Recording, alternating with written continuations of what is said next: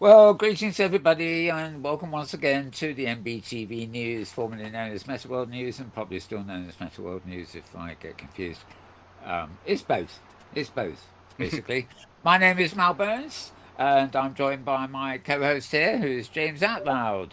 Welcome, James. Well, thank you, Mel. Here we are again. A little Here early we are today. again, and again, Yeah, and again, and again. Slightly early this week, just yeah. because for safety's sake, really. Yeah. And as I say, I'm my name's Mal Burns. Now, James fiddles all knobs all the while, which is the video, the audio, the mixing, and different camera angles, and my desktop, and a whole load of stuff. He does all that, so he doesn't talk as much as he could because he's busy doing the other stuff. I'm the one that talks, and you'd be forgiven if you switch off now, but it's not that bad, honestly. Right. These are oh god, these are headlines for the week ending the 16th. I think I've kind of forgotten that already, but I'm pretty sure it's the 16th. I check. Oops, that's not right. Anyway, if it's Yeah, not the yeah, 16th, 16 is right. Yeah, yeah. I was going to say if it's not the 16th, tough. Right. Okay, we look at headlines for the, as I say, the week ending 16th. Virtual worlds, immersive spaces online, and sort of the sometimes the hardware and software that we need to get or use haptic wise and browsing wise to facilitate our journeys, so to speak. It really is about travel when I come to think of it, isn't it? Our journeys puts it puts it rather well. Anyway, James is over in Wisconsin, and I'm here in London, UK. So just to compete with another cast that has an Avatar cast, they always tell you at the beginning that where they are. So I'm decided I'm going to do that. Oh, So hello, Wisconsin. Yeah, hey, hello, United Kingdom. I think we're working. We have Mm-hmm. communications. We We do. have communications. And we haven't even taken off yet. Well, but when we get to the dark side of the moon, problems. Oh yeah. Right. Yeah, yeah, doesn't always work. Anyway, I've forgotten what on earth I was saying now. Anyway, this is our news program, such as it is, and where to start? Well, I'll start with a few pictures that I've got on screen to share with you. The first one, which I think James will have mounted for you all by now, Mm-hmm. is it's an advert for the Open Simulators Community Conference. No, it's just a splash screen actually. It's the second weekend in December, 10th, 11th, I think that is. But they're still looking for presenters, volunteers, sponsors, and I think we've got a few days to go yet, maybe even a week before the official call for entries is completed. So that's that. What else have I got here? Oh yeah, well, this is quite literally tomorrow, the 17th of October. I don't think I will be getting to it. I'm not even sure what time it is, but it's actually at the BBC's old television centre, which is out in Shepherd's Bush here in London. And it's a special TED event. Now, Amelia Kalman, she describes herself as a futurist, but she does quite a lot of Twitter coverage of what we broadly call the metaverse and stuff. And this is um, this is actually a TED talk, which I've got a feeling will be. Well, it's a television centre, but I don't know whether the BBC still use it. But it will be online somewhere in the end, looking at the metaverse and the environment. So that's Amelia tomorrow. Um, Now, any guesses as to what that picture might be? I'll ask James because he's the only one with voice connected. Oh, Ah. it's hard to say. I almost want to say Laurie Anderson, but I can't. No, it's not. Can't. This Okay. um this is oh god, I've forgotten her name now again. This is the lady who played Murder She Wrote. She died this week. Oh, Angela Lansbury. That's right. And Okay. this shot, interestingly enough, comes from an episode of Murder She Wrote, and it comes from the last century. Mm. The plot line, I think it was late 80s, had to do with the virtual reality. And pretty uncanny when you look at as far as I know, it's not a fake or anything else like that, but it's uncanny close to what we might have now. Yeah. I just anyway, it is her, and yeah, you can probably tell by the hairstyle it is of that ilk, and yeah. Anyway, it came from a fairly reputable source, so although it didn't get much It's PR. great. Anyway, I thought that was interesting, and a sad loss because she was English actually, but better name. She's like a Miss Marple, Agatha Christie character, but except the Murder She Wrote series or something else. But she did a lot of voiceover for animation too. Some really Hmm. sort of surprising characters and stuff. So Yeah. and Mrs. she sang. Potts in Beauty and the Beast. Yeah. Yeah. Yeah, and she sang. Yes, Yeah. exactly. Yeah. Right, moving on. The Metaverse Safety Week is still coming up. Yeah, still a couple of months ago, but why not PR it? MetaverseSafetyWeek.org is where you'll find more about it. That's the 10th to 15th of December. And I think, I don't know where that collides with the Open Sim Community Convention or whether it's just before or just after. I That's think mighty that's close. Yeah. yeah, I think those are the weekdays 10, 11, 12, 10, 11, 12, 13, 14. Who knows? But yeah, different thing really anyway. And oh yeah, here's a bit of information for you. What are the headlines this week? This one is referring to Decentraland. 1.2 billion metaverse horrified by report it only had 38 active users. Now, Oh. I follow Twitter all day long and endlessly, every hour or so, Decentraland posts another Twitter telling them there's a fantastic event or have a look at this, GIF of our scene or whatever you ever. But apparently their maximum active users at any time is 38, despite that huge investment. And then, it just makes you realise that Twitter is actually being flooded by, um, the sole PR employee of a given platform, probably, or maybe it's CEO, their own CEO. Anyway, that's bad news for Decentraland, but we've also had, of course, this week Meta's Disconnect conference, and it's been a bad week for them, even with the conference. I'll mention things as we go along here. However, their own internal documents, and this is CNBC. You might argue with them, I don't think.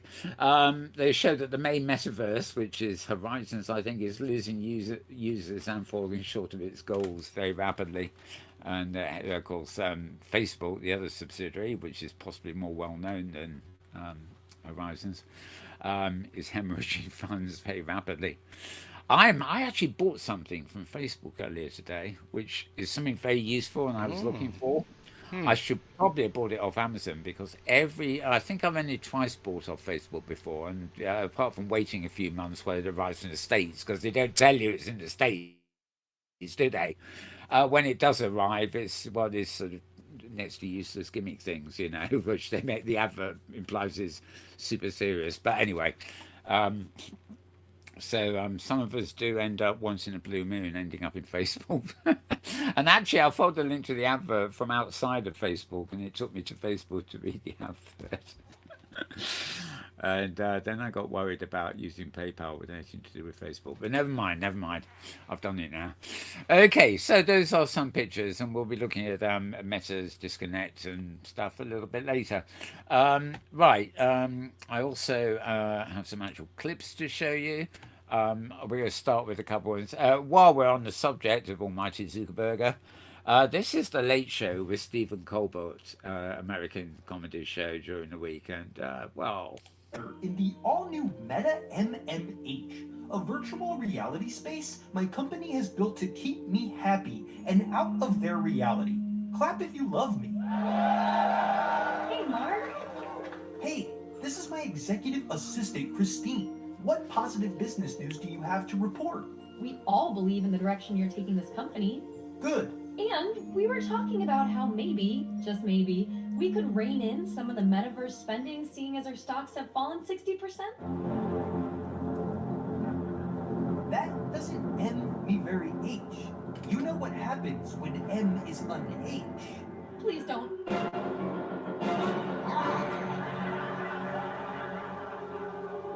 Any other constructive criticism, Floating Torso?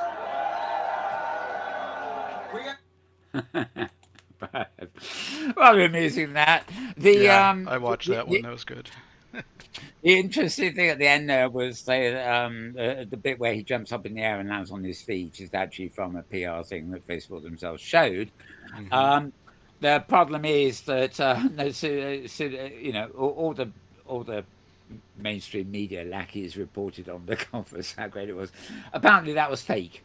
Um, that whole thing was filmed using motion capture Yep. and then animated and then shown as if it was purporting to be live. And they also showed a number of other sort of facial things, which apparently is bona fide technology. The only problem is it's not in a state to demonstrate, so they faked it.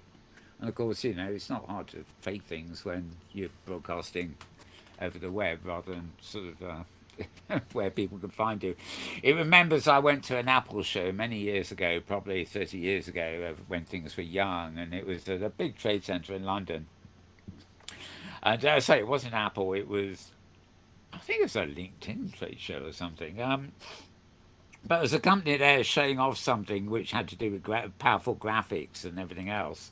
And I was looking at it and thinking, oh, this is great, this is great. And I was one of the many people who saw behind their their display unit, you know, and they actually had the computers running this demo behind the screen, yeah. And they were making out they had this revolutionary new product, you know, along with hardware and everything. But in fact, the computers behind the scenes running it were all Macs. Yep. You know, it just goes to show you can fake it if you want to try. And you can fake it, really fake it these days. Anyway, yeah, so not always quite what it seemed at that thing. Um, while I've got it, oh no, that's a long thing. What's missing? Oh, that's a long thing too. Right, I'm not going to show these until there's maybe time at the end. Okay, what I do have is an advert actually. It's from Prime Video. Um, I don't know why, but there's a new series starting called Peripheral, and Peripheral is referring to like the metaverse, the peripheral universe, and well, it's about our kind of stuff. Your skills are being sadly wasted in this den of imbecility. I got things to do. Mama needs tending, the house needs cleaning. I'm done pretending that I can live in a sim. It ain't real.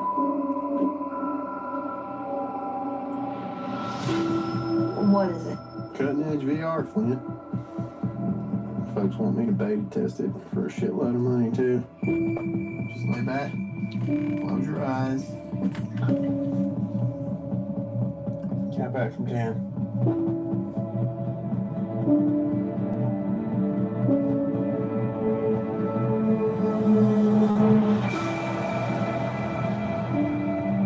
This is London. But London's 70 years from what you think of as the present. It's like being there, in your body. You're inside the peripheral. Piloting that body as if it were your own. Holy shit.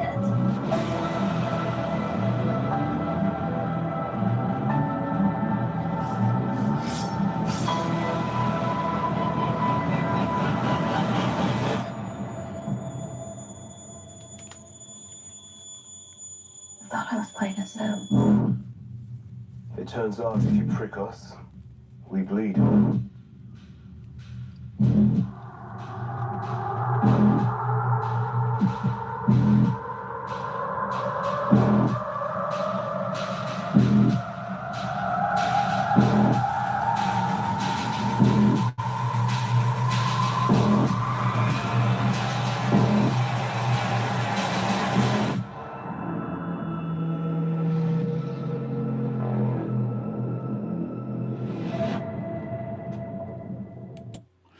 So, well, a bit of advertising there. What the hell? Yeah, that's literally only about 3 or 4 days away till that premieres. By William Gibson, of course. Who, I mean, we all think of Snow Crash and stuff like that, but William Gibson was original cyberpunk author and did a lot of pioneering fiction in that thing, and that is based on one of his writings. I think the other thing I kind of took to me is it never occurred to me to use that word, the peripheral, but now I've seen it mentioned. It's actually more attractive than that. The metaverse, whatever that's going to be. If we're going to have an absolute theme, just call it the peripheral. It's the peripheral universe or whatever. Anyway, on to the news links for the week here, and starting as we usually do with the Scar Ghost and the XR Week Peak, and we do have a sound effect for that. We might have. Yes, indeed. The Scar Ghost, otherwise known as Anthony Portillo. And yes, it's his roundup of the week, actually not the week we've just had, but the week before that. And he does, of course, mention Quest 3 and various other sort of Zuckerberg projects. But this was on Monday before the Disconnect conference had actually happened. So he's looking at various things, including rumours of Quest 3. But it was only a couple of days later, of course, he had to write about the conference itself. So, but HTC have a new headset. Meta pivots to serve both consumers and prosumers. This is, oh yes, of course they have launched. The main thing at the Disconnect was, of course, the Quest Pro version 3 or whatever it is, which is about $1,500. And oh yes, the battery lasts for about an hour. They didn't mention that. They mentioned every whiz-bang things that are inside it, to do with your eyes and looking and everything. But a battery, and the battery for the hand controllers only lasts about 2 hours. They didn't mention that that you're gonna have to take it off your head to recharge it quite frequently. Anyway, oh yeah, and the big internal ruckus, I think, is the fact that. Zuckerberg had tried to get his employees basically to use Horizon Worlds for their meetings, and there's so many technical glitches they can't do it. They're leaving that to the public to beta test, I think. Anyway, other news were mentioned. You'll find it all at scarghost.com, which is SKARREDGHOST.com. And I better remove that from my list or I'll get confused. Right, another roundup site, which again happens early in the week, is Charlie Fink's Spatial Beats. You'll find this at AR Insider Co, ARINSIDER.co, not com, just CO. This is completely separate from his Forbes column. I mean, it looks like he'll film a video, write a column for anybody who wants one. I don't know how much he charges, mind you. And his weekly video now it always starts with a rather serious advertising sponsorship. Anyway, here we are. Also mentioning Meta Disconnect and SideQuest and BFI, LFF.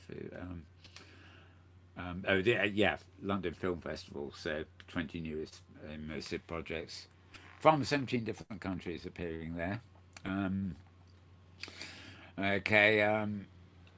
Mattel is following Walmart into the metaverse by building a home for Barbie on a platform called Roblox. Gosh golly. Barbie in the metaverse. I thought Second Life had a monopoly on that. Right, who knows? Anyway, find that at arinsider.co. It is, of course, a roundup thing. And I'm heading down here. I don't know what order I'm doing things in here really at all. This is a site called arival.travel. So arrival.travel. Travel's being a recognised suffix these days.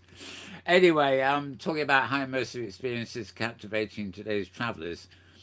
I've read some odd blogs about this sort of thing for a while, especially during COVID, saying the future of travel is in the metaverse. If you go into the metaverse and you travel. Now, apparently, the future of travel is being able to go into the metaverse on your airplane on the way there. Funny how it all changes back to the old thing again, doesn't it? That is a metaverse and a half of a scene, I must say. I don't know what's going on there. It looks interesting, but I reckon that's I don't really know. It just feels like could even be real life, and then just a Harry Potter style construction put on top of it. I don't know. Okay, well, the trope about leaving home to find yourself is still alive, and in the 21st century, it's gone immersive, etc., etc. And it talks about Meow Wolf, who've been around for quite a while, alternative art collective, sorry. And yeah, well, you have to read it to find out, but it's kind of interesting. It's kind of interesting, sort of. It's not always in the headset or the helmet or elsewhere or in the home or wherever the metaverse sort of has its impact. It can be all over the place. So for traveling as well. Right. So yeah, I'll spell that again. ARIVAL.TRAVEL. And moving on from that. Okay. XRtoday.com. XRTODAY.com. They had their XR summit during the week. And this link I've given you is actually for, xrtoday.com will give you the front page. This is actually their highlights from day 3, but obviously there's another one with highlights from day 2 and another one from highlights from day 1. You can go in and watch various sessions online from this site. So just go to xrtoday.com for that. Yeah, quite a lot of interesting stuff there. CEOs of quite a few different platforms and also hardware sort of stuff. They had RealWare there, they had Lenovo, and what's WebAR. They were looking at the future of XR. Oh, and Amelia Kalman, again, the futurist, is speaking in London at the TED thing tomorrow. She was there as well. So you can watch it on demand simply by registering, although now a lot of them are now after the fact. You may be able to find you can watch quite a few of them without actually having to go through the registration process. That was more for the live event. Right, okay, so xrtoday.com. And, oh, right, we're not doing too badly today.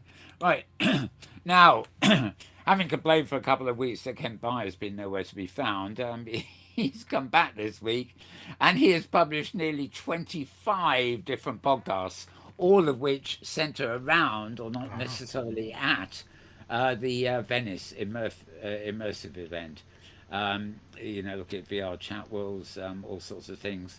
I mean, basically, he's been traveling, doing all these interviews, and now I guess he's home and he's collecting them all together and putting them online. This one was October, I think 1141, 11th of October. All the ones he put up came up on the same day, actually. So I'll tell you what I'm going to do. There we are. Yeah, 1144 was the latest one, but as you can see, there's a whole load more that came up in the week, looking at different things. Some are immersive things, some of the event ones like there. Look at them all. Look at them all. There's too many to scroll through. This is all published on October 10th. Maybe he did do a couple of days before. 1134. Yeah, October 10th. Anyway, all these is published all in one fell swoop this week. So I mean, if you've got 3 or 4 days to spare, you can run them one after the other. But if you just go to Voices of VR's main site, you can pick and choose the things that are most interest you. He has a very wide-ranging sphere of interest. Philosophy is his big thing, but I mean, he just loves covering this stuff, and he gets it done. It's a bit like Scar Ghost, who starts writing a blog, and instead of 2 paragraphs, you get 2 books. In this case, it's the audio version. But as you can see, a whole lot to actually read there, and yeah. Right, leave that be. So, voicesofvr.com, voicesofvr.com for that one. Or should I say those few? Or should I say those many? I don't know. Right, moving on before I get confused again. Right, okay, the Skull Ghost is back again. Sound the music. Play the cue, the music. Right. This is today, October the 16th, and he's held back a few days before giving his roundup of the Meta Disconnect conference, the mega roundup, all you need to know in a single article. And as usual, Bingo Scar goes, he even needs to tell you how to read the post, which I find. Well, what a way to start a blog, eh? How to read this. But yeah, there's a whole load of stuff there. I'm not even going to attempt to go into it. If you want to catch up what they had at the conference, including the blatant lies, this is the sort of place to go. The other unfortunate thing for Meta, of course, this week is that apparently not only, apparently 3 executives, including Nick Clegg, our former Deputy Prime Minister in the UK here. Well, these Prime Ministers are really showing their true colours these days. Apparently he and 2 other Facebook executives are in trouble for accepting bribes. And Clegg in particular is the one who travels all around the world promoting their, global relations and everything else. So, yeah. Have a bribe on me. Yes, we'll give you a free helmet if you give me a bribe. I don't know how it works, but anyway, yeah, I'm not going to say any more about that because I don't have an actual verified. Well, I have links, plural, but not a verified source, so it could be. I believe it. I can believe it.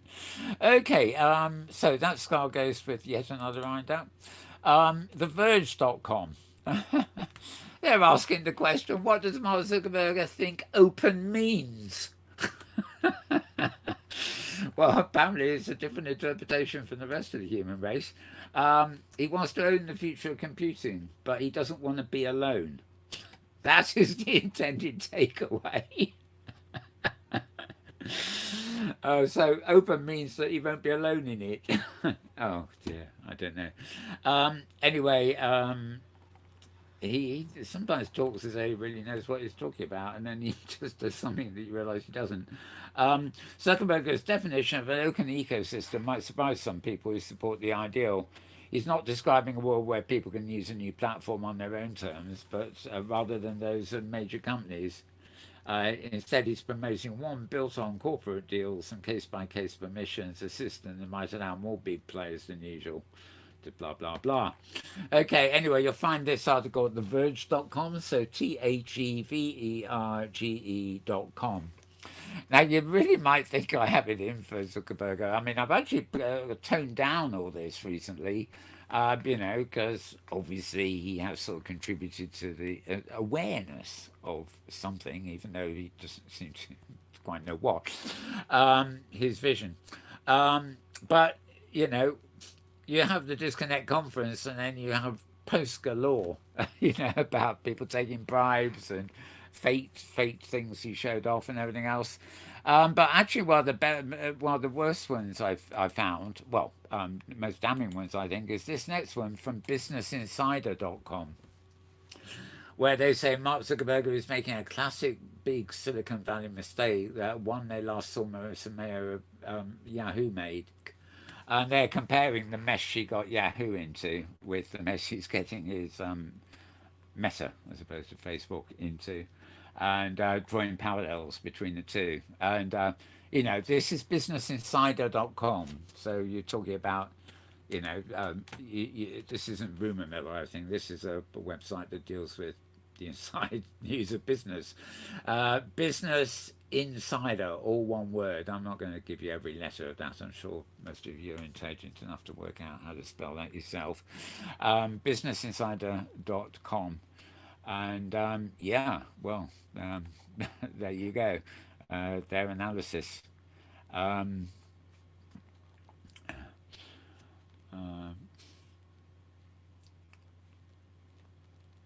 Okay, well, I'm not going to start quoting them, actually. We'll be here all day. Okay, moving on. This is a site, I don't think there's a reader view of this. I think it's taking us straight to the website. Yes, it is. Okay, this is the Metaverse Spectrum. Really, I don't quite know where this appeared. It came from, actually. It just popped up in the week. The website is called The Metaverse Spectrum. And it's 3 words squashed into one. just like Mal Burns is 2 words squashed into one at Twitter. I forgot to mention that, didn't I, at the beginning? Yeah, I Right. didn't want to distract you though. That's fine. Yeah, I will point out, by the way, that all these links I'm showing you, I'm reading out the home pages by and large. To get to the exact page, you can follow me on Twitter, twitter.com/malburns, MALBURNS. And when you click on the links there, they'll take you to the exact page that one is talking about. And anyway, the metaversespectrum.com, that's how you spell it, but squashed into one. It purports to be the top 100 metaverse innovators.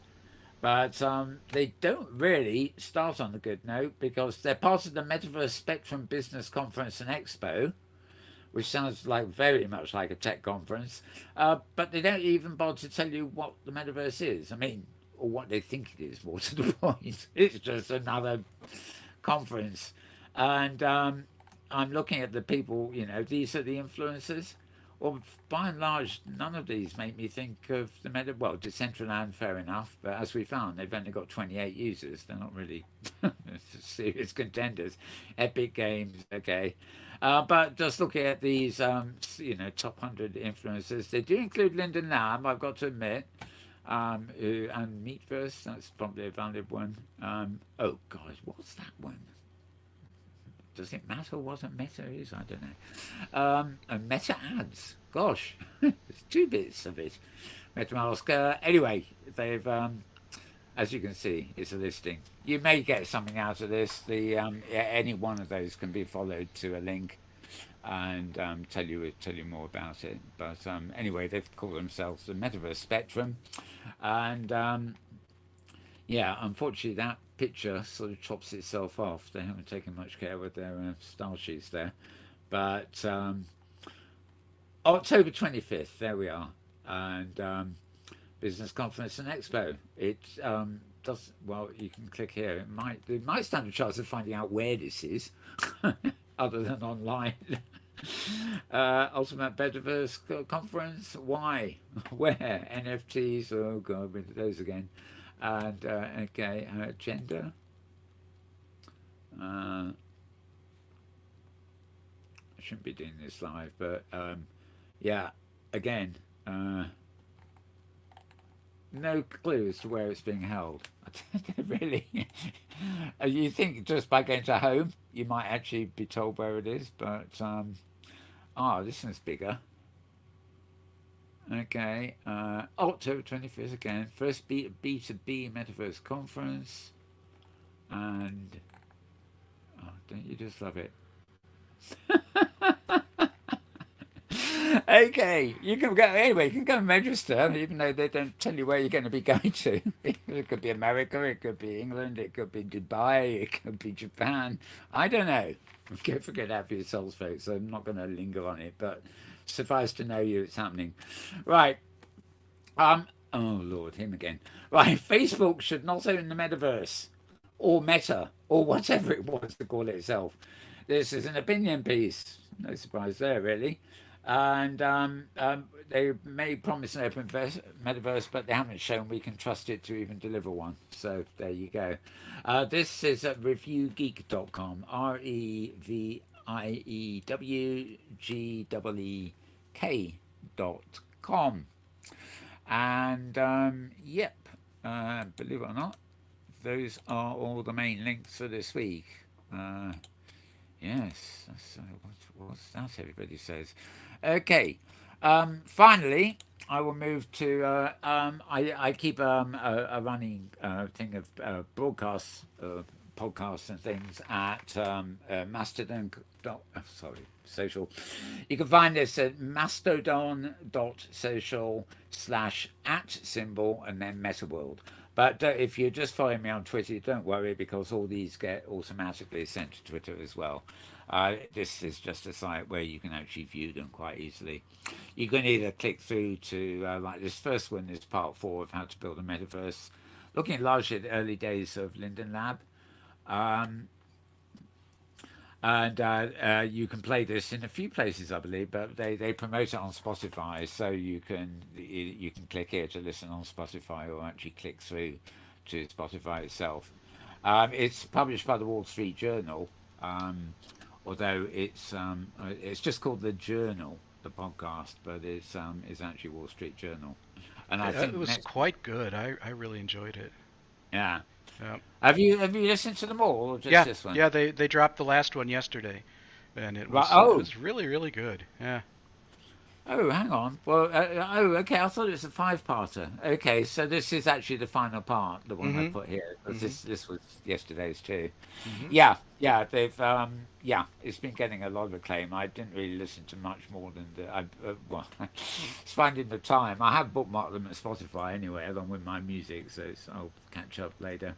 The first one featured Phil Rosedale quite a lot, but the other ones I think moved into other areas. Right. Also, Charlie Fink, of course, one day ago, this week in XR, the podcast version. Their guest was Lucas Martel, who's the CEO of Mighty Coconut, who, in case you don't know, are the creators of Walkabout Mini Golf.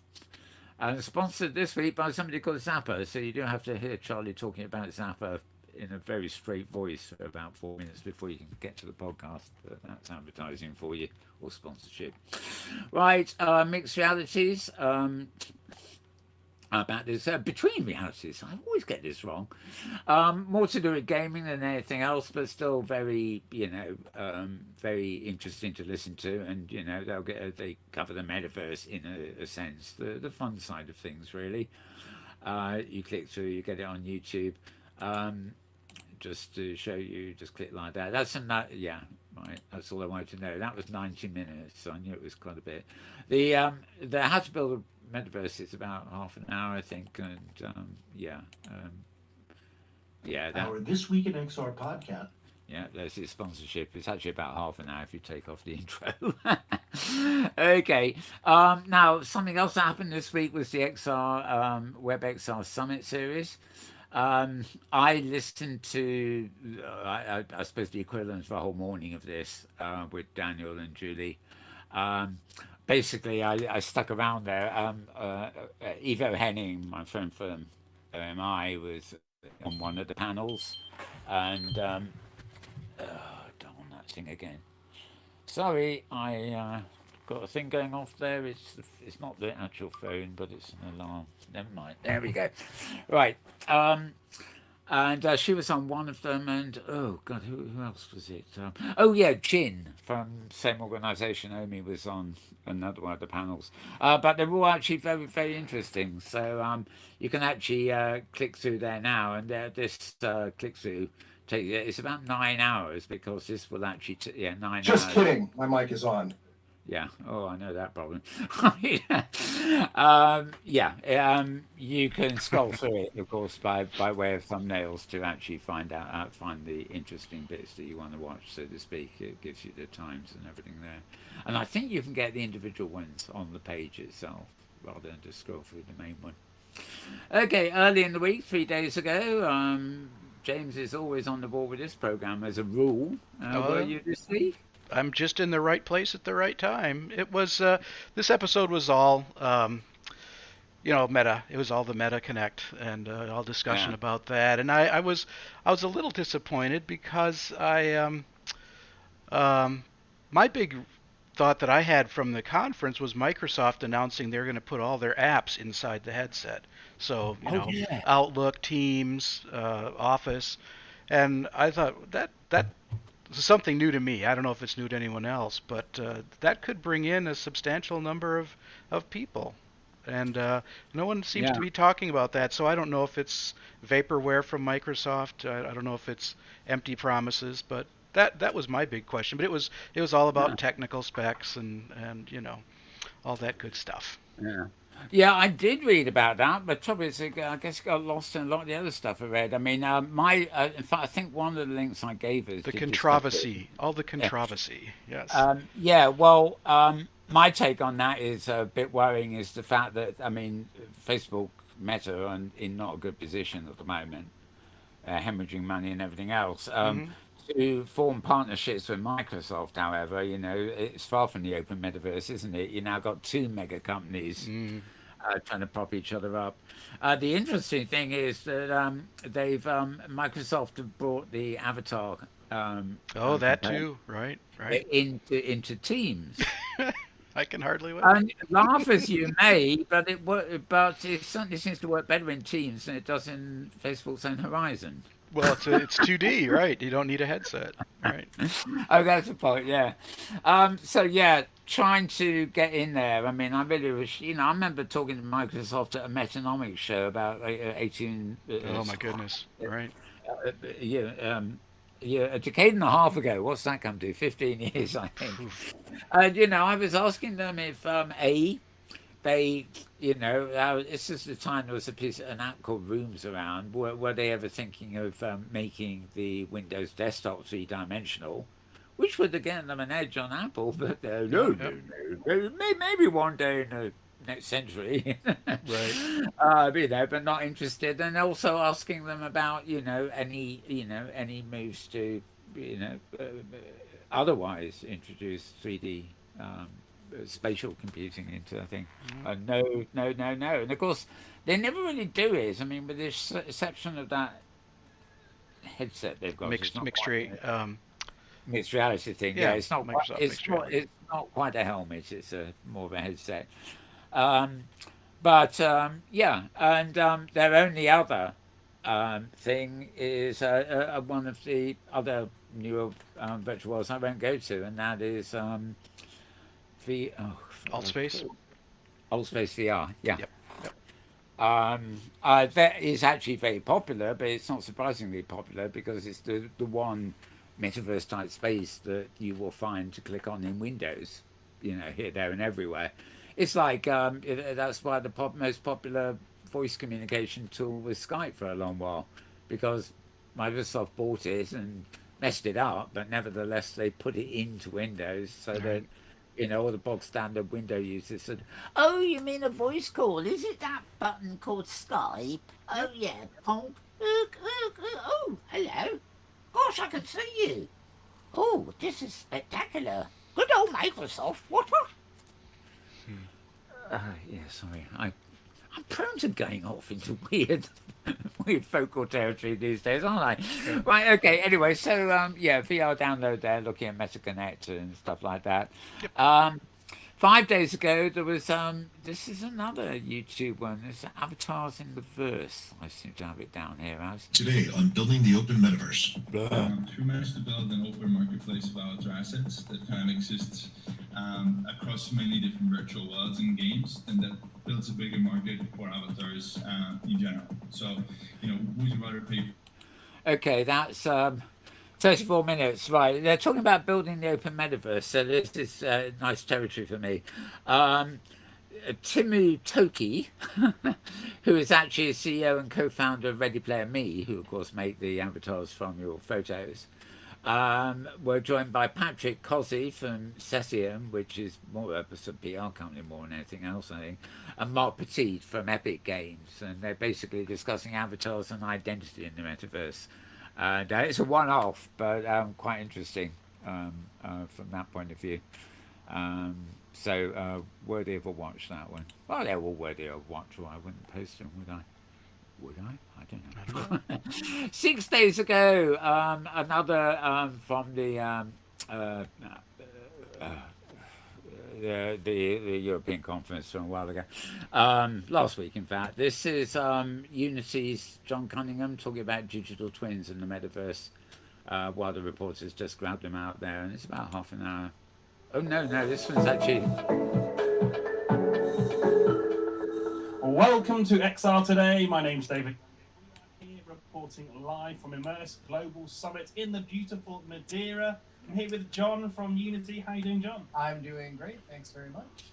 Fantastic. John, where should we start? Digital twins. Let's talk about that and how that is helping businesses get themselves perhaps into the metaverse, perhaps not quite there, perhaps a little bit further along. Tell me about that. Well, so if we start... Okay, well, even though it's only 4 minutes, we haven't got all day, and that's actually one of the ones I should have copied over to show offline, but nevertheless, you can get it there, and that was 6 days ago. And, another one at Spotify, It features Will Burns, an old friend of ours. There, I made a typo here. It says Jolly Metaverse, but it's not. It's Joll Off in the Metaverse. Somebody called JLLOF. Jolly. And he has a show on Spotify, and I don't really know what it's like, but this is only the second episode, and he talks to Will Burns, who a friend of ours who was also former vice chair of the IEEE Virtual World lot. Yeah, and yeah, it's interesting. Bit of a motor mouth, Will, but you probably know that if you've ever seen him on our shows. So that was 6 days ago, and that really rounds us up to everything we've got there. Moving back to the picture session, how are we doing? We haven't really we looked at that one. And that's 20 minutes long. The peripheral we looked at, that looks it's going to be interesting. This is 9 minutes 30, and this one's 9 minutes 2. Okay, these both come from the same source, so I'm going to skip through a bit of this, but I will show it you anyway. Brendan Green building a metaverse. Over the last 50 years, video games have grown from a geeky hobby into a massive mainstream business that dwarfs the music and movie industries combined. And now, video games are evolving again into immersive virtual worlds where we play and work and socialize. Now, this move from fun game to immersive world isn't anything new. Early MMOs like Ultima Online, World of Warcraft, and EVE Online all hosted thriving active communities, and they had all the joys and headaches of real-world societies. And today's popular games like Fortnite and Roblox aren't just entertainment. They're gathering places where people hang out with friends, go exploring, and attend events and live concerts. To paraphrase William Gibson, the metaverse is already here. It's just not evenly distributed. Recently, I got to dive deeper into this fascinating topic with PUBG creator Brendan Green. His latest effort, Project Artemis, is an open-world game with territory that's literally the size of planet Earth. It's a wildly ambitious project that tackles key technical and social issues that need to be solved if we're going to build a functioning metaverse. So join us and take a look into the future.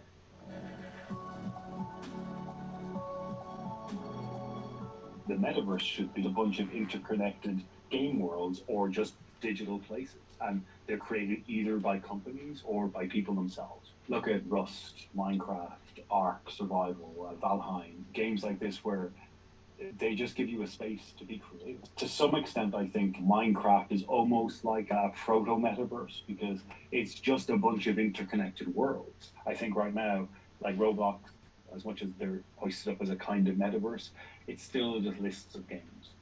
And that to me isn't, it has to be 3D. It has to be an open world lobby where you can go and access these games by viewing something in the world. For me, this is not about making money. For me, this is about providing this digital place because I believe this is an important thing to do. And that might make me sound a bit zealous, but I really think if you're making the metaverse to make money or to raise the price of your coin or to be the next hype thing, it's not the right reason. I don't care about brand partnerships with Snoop or with Gucci. They'll be able to just interact with the world because there will be tools there for them to do it. Okay, I'm going to flip forward a little bit here. This is very interesting, as I'm sure you can tell, but it does require 9 minutes of our time. To give them. Okay, what I will try and do is locate another copy of this somewhere and put it onto the Mastodon feed so that it's there for those who are scrolling through. I have another episode from her, in fact, here, and this, well, she's What's Missing from the Metaverse, and guess who she goes to for that one? Pioneer Philip Rosedale, founder of Linden Lab, which launched the popular virtual world Second Life in 2003. Now, Second Life isn't a traditional computer game. It's a malleable social world where people play, build, express themselves, and put on wild events. In other words, an early draft of the metaverse.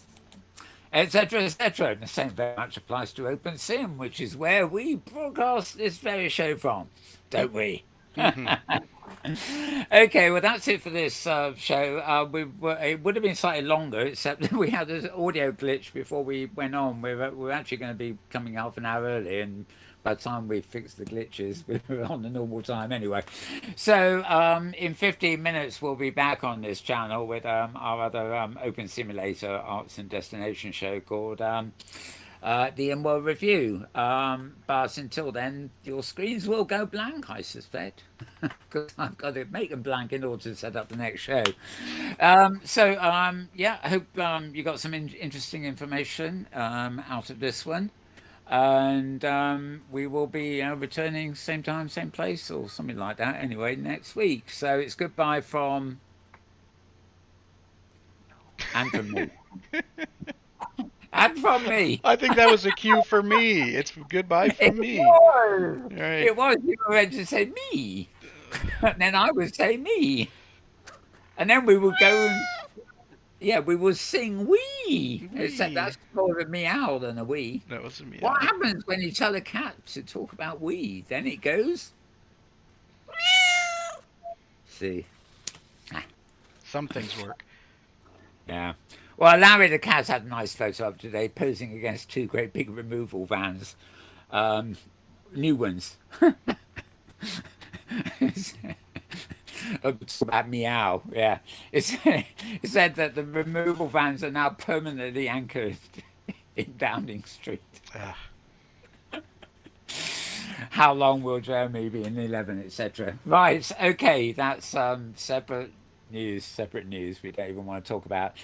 Look after yourself, everybody. Stay safe. Remember, COVID is still around. Polio has come back. And, oh yeah, it's the flu season. Anything else you wanted to know? Didn't think so. Stay indoors. Yeah.